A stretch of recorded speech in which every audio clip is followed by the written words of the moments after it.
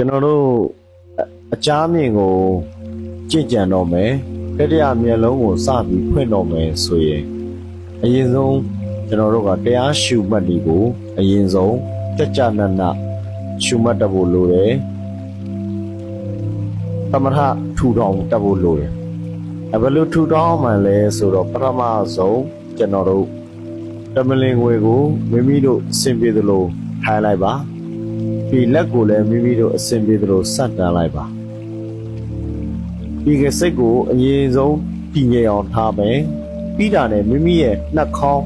ထိတ်ဝါကနေအသက်ကိုပြင်းပြင်းလေးရှူလိုက်မယ်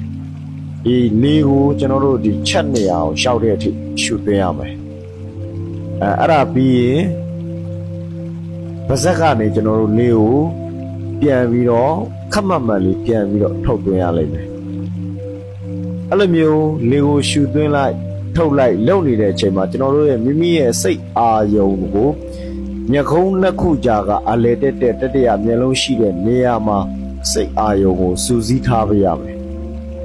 အဲ့လိုစိတ်အာယုံကိုစူးစီးထားပေးတာနဲ့အမျှ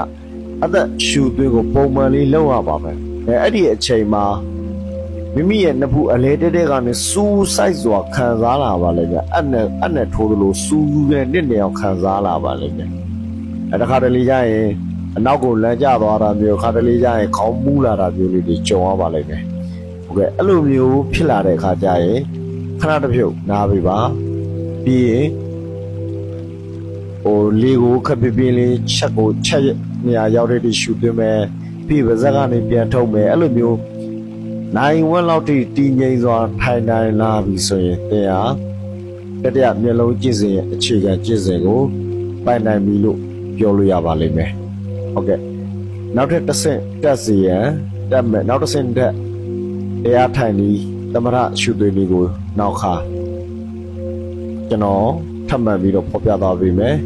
ကျွန်တော်ရဲ့အကောင့်လေးကိုလည်း subscribe လေးပေးထားကြပါအောင် follow လေးလုပ်ထားပေးကြပါအောင်ခင်ဗျဟုတ်ကဲ့ကျေးဇူးပါ